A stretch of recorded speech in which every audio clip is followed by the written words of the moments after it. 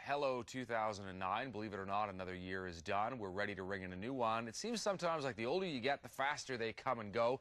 Joe Mackert is a life coach, a PhD, a jack of many trades. He's here with us today to share his pearls of wisdom. And I guess my first question to you, if I can be very blunt, is why do we even bother to go through these New Year's resolutions? We were talking about earlier in the show, and a lot of people don't even end up living up to them. They break them almost immediately. Why do we do it? I think in part we do it because it's just the done thing. You know, it's the end of a year, a new year starting. We like to compartmentalize things. In part, I think everybody feels that they need to improve themselves. We don't always know how, but we want to do that. And the end of a year is just a very convenient time to make that change in your life.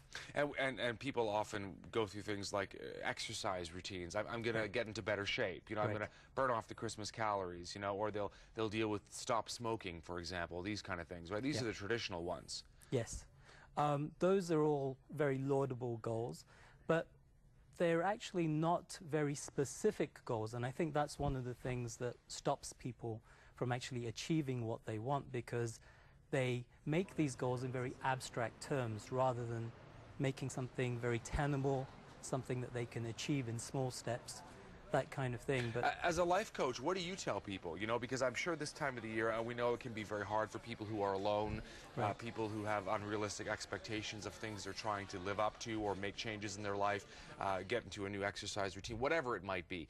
What do you tell people? I tell them a few things. The main thing, I think, is to always remain positive. We have to think in positive terms. You know, you mustn't think, I have to lose 20 pounds. You should be thinking, I want to be in better shape.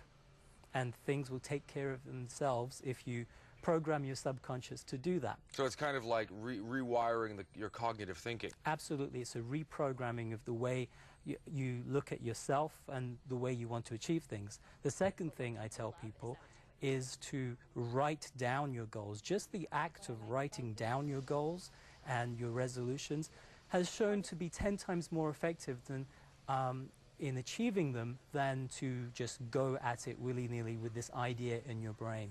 It's really important to take that abstract concept in your brain and put it into material terms like the ink on a piece of paper. And there's also a ritualistic quality to New Year's, isn't there? Like we expect that we have to, you know, do the countdown, and we've got to toast our friends, and we have to have a good time, and we've got to do something, because if you just stay at home, it feels like it's a letdown.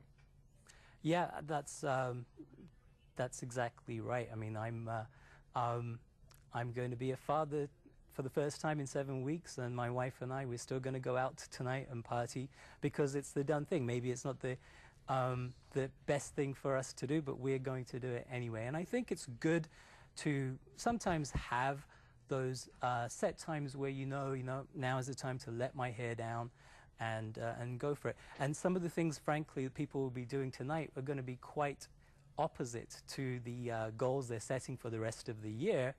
But you know, it's a good thing to do anyway, just to calm yourself down and then attack the new year. Reset the clock. Joe Mackert is a life coach. Thanks very much for coming in. Thank you.